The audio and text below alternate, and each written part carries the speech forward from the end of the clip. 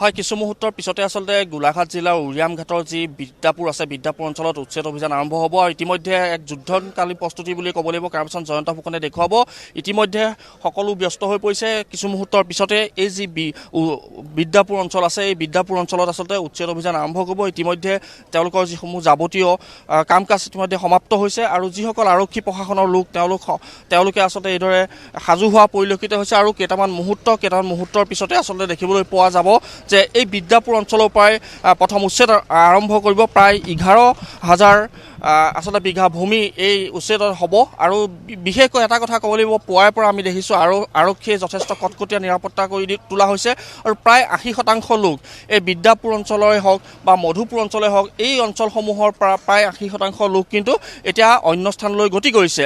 এটা কথা ক'ব লাগিব, আজি যি গোলাঘাট জিলাৰ ভিতৰতে সৰ্ববৃহৎ উচ্ছেদ অভিযান বুলিয়ে ক'ব লাগিব, যাৰ বাবে আচলতে প্ৰতিখন জিলাৰ পৰা আৰক্ষী মোতায়েন কৰা হৈছে। কোনো যাতে বিক্ষিপ্ত ঘটনা সংঘটিত হ'ব নোৱাৰা। বহু লোক ইতিমধ্যেই তেওঁলোক অন্য স্থানলৈ গৈছে বুলি আমি জানিব পাৰিছোঁ। তাৰ সমান্তৰালভাৱে আমি নিশাও যদি কথা কওঁ, নিশাও আৰক্ষীয়ে যথেষ্ট কটকটীয়া নিৰাপত্তা দি আছে। এইসমূহ অঞ্চলত সেনাৰ লোক মোতায়েন কৰি থোৱা হৈছে, কোনো যাতে বিক্ষিপ্ত ঘটনা সংঘটিত নহয়। মোৰ স্থানীয় লোক আছে, আমি স্থানীয় লোকসকলৰ পৰা জানিবলৈ চেষ্টা কৰিম।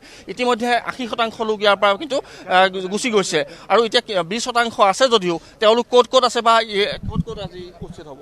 চাওক, আজি এইটো যিডোখৰ এলেকা বিদ্যাপুৰ, এই এলেকাডোখৰত হ'ব আৰু আমি স্পষ্টকৈ ক'ব বিচাৰিছোঁ, যিসকলে অসম চৰকাৰ তথা পুলিচ প্ৰশাসনক যিসকল মিয়াই সহযোগ কৰিব নিবিচাৰে তেওঁলোকক আমি সংবাদ মাধ্যমৰ যোগেদি হুঁচিয়াৰ কৰি দিছোঁ। চাওক, আপোনালোকে কম সময়ৰ ভিতৰত আপোনালোকে ইয়াৰ পৰা ওলাই দিয়ক। যিহেতু চৰকাৰে মিয়া মানে খেদাৰ এটা যিটো প্ৰচেছ লৈছে, তাৰ কাৰণে আমি হিমন্ত বিশ্ব শৰ্মা ডাঙৰীয়াক ধন্যবাদ জ্ঞাপন কৰিছোঁ। আৰু যদি আপোনালোকে যিসকল মিয়াই যদি আপোনালোকে বসবাস কৰি পুলিচৰ লগত টক্কৰ লাগিম বুলি ভাবিছে, ইয়াৰ পৰা কিন্তু সাৱধান হওক, আপোনালোকে গোটেই গুলিৰ ফুটা হৈ যাব। এইটো স্পষ্ট কথা আৰু কোনো SP কোনো প্ৰশাসনে ইয়াত আপোনালোকক সহযোগ নকৰে, স্পষ্ট কথা। কিয়নো আপোনালোকে সম্পূৰ্ণভাৱে জানে যিডোখৰ বিবাদমান এলেকাত শিল খান্দি চুপাৰী ব্যৱসায় কৰি ড্ৰাগছৰ লিখীয়া ব্যৱসায় কৰি আপোনালোকে গোটেই এটা এলেকা দখল কৰি ল'লে। তাৰপিছতো আপোনালোকে যদি কয় আমি 87ত অহা, আমি 89ত, এইবিলাক মানি লোৱা নহ'ব। আপোনালোকে যিবিলাক নথি পত্ৰ উলিয়াইছে এইবিলাকো আমি অসম চৰকাৰক অনুৰোধ জনাম যে এইবিলাক কেঞ্চেল কৰিব লাগে। আৰু যিবিলাক উচ্ছেদ হৈছে, যিবিলাকক উচ্ছেদ কৰা হৈছে, তেওঁলোকৰ পৰা ভোটৰ যিটো ভোট তেওঁলোকে নামীকৰণ কৰিছিলে, ভোটৰ লিষ্টত নামকৰণ, সেইবিলাকো তেওঁলোকক কৰ্তন কৰিব লাগে। গতিকে এইডোখৰ এলেকা অতি সোনকালে এটা বনা অঞ্চলত পৰিণত কৰিবৰ কাৰণে আমি অনুৰোধ জনাইছোঁ। আজি 44টা বাসগৃহত যিহেতু উচ্ছেদ হ'ব বুলি জানিব পৰা হৈছে, কিমান আৰু লোক আছে ইয়াত? হয়, প্ৰায় আমি এতিয়া গোটেই এলেকাটোত আমি জানিব পৰা মতে প্ৰায় 20% মানুহ আছে।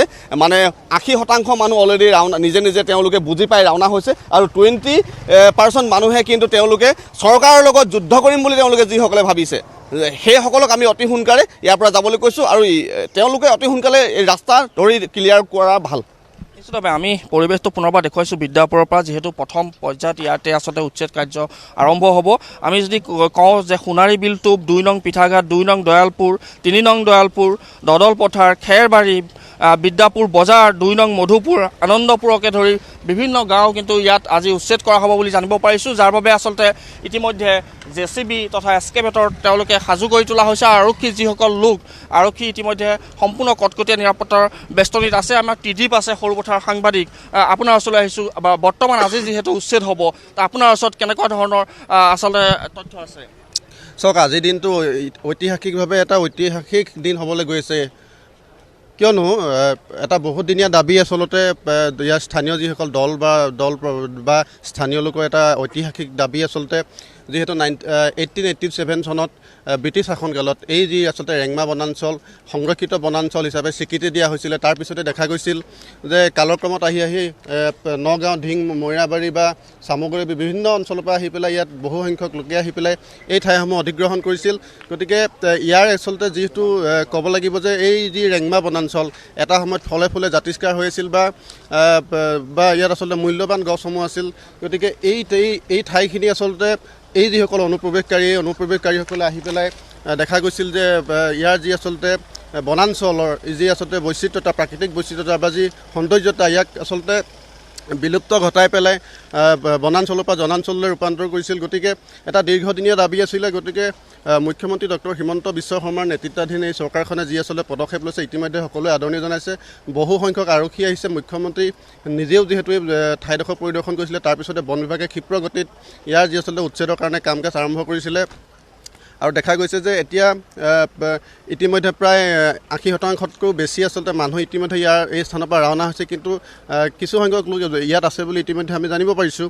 কিন্তু আচলতে কিমানমান উচ্ছেদ হোৱাৰ সম্ভাৱনা আছে? আজি আমাৰ হাতত যিটো তথ্য আছে, যিহেতু প্ৰায় 11,000 ভূমি যিহেতু ইতিমধ্যে আপুনি জনাইছে উচ্ছেদ হ'ব, লগতে 19টা পৰিয়ালক উচ্ছেদ কৰা হ'ব।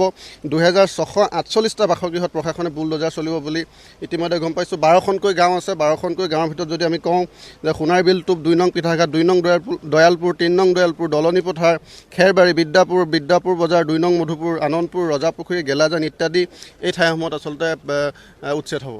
নিশ্চিতভাৱে বিদ্যাপুৰ অঞ্চলৰ আমি পৰিৱেশ দেখুৱাইছোঁ, যিহেতু প্ৰথম পৰ্যায়ত ইয়াতে আচলতে উচ্ছেদ আৰম্ভ হ'ব। ইতিমধ্যে শাৰীকৈ যিসমূহ JCB আচলতে উৰিয়ামঘাট থানাৰ পৰা সেইসমূহ আনিব লাগিছে, আৰু ইতিমধ্যে জিলা প্ৰশাসনেই হওক বা বন বিভাগেই হওক সকলো সষ্টম হৈ আছে, আৰক্ষী বিভাগ সষ্টম হৈছে। আমি পৰিৱেশটো দেখুৱাইছোঁ, এইসমূহ ব্যৱসায়িক প্ৰতিষ্ঠান আছিলে। ইতিমধ্যে এইসমূহ ব্যৱসায়িক প্ৰতিষ্ঠানৰ পৰা যিসকল লোক, ইয়াৰ স্থানীয় লোক, তেওঁলোক ইতিমধ্যে ৰাওনা হৈছে, আৰু ইয়াত কিন্তু কোনো লোক আমি দেখিবলৈ পোৱা নাই। আমি যিহেতু পুৱাও প্ৰত্যক্ষ কৰিছিলোঁ এইসমূহ স্থানত যে যিমানখিনি আচলতে লোক থাকিব লাগে বা যোন এলেকাত, এইসমূহ এলেকাত আচলতে যিসমূহ লোক থাকিব লাগে, এই লোকসমূহ ইতিমধ্যে আঁতৰি গৈছে। আৰু তেওঁলোকে জিলা প্ৰশাসনৰ ফালৰ পৰা এটা কথাই কৈছে, যাতে কোনো ধৰণৰ বিক্ষিপ্ত ঘটনা সংঘটিত নহয়, তাৰ বাবে ইতিমধ্যে আৰক্ষী সম্পূৰ্ণ সাজু হৈ আছে। আৰু এইসমূহ দৃশ্য আমি দেখুৱাইছোঁ। এইসমূহ ব্যৱসায়িক প্ৰতিষ্ঠান ইতিমধ্যে বিদ্যাপুৰ অঞ্চলৰ যিসমূহ ব্যৱসায়ী, সেই ব্যৱসায়ীসকলে আচলতে এইদৰে ভাঙি পেলাই তেওঁলোক ইয়াৰ পৰা আঁতৰি গৈছে। সেনা মোতায়েন কৰা হৈছে যাতে কোনো ধৰণৰ বিক্ষিপ্ত ঘটনা নহয়। আমি ইতিমধ্যেই কৈছোঁ যে 11,000 ভূমি, আচলতে 11,000 বিঘা ভূমি বেদখলমুক্ত কৰা হ'ব অসম চৰকাৰৰ উদ্যোগত, আৰু যাৰ বাবে এতিয়া গোলাঘাট প্ৰশাসনেই হওক, বন বিভাগেই হওক, সকলো সষ্টম হৈ আছে এই বিদ্যাপুৰত।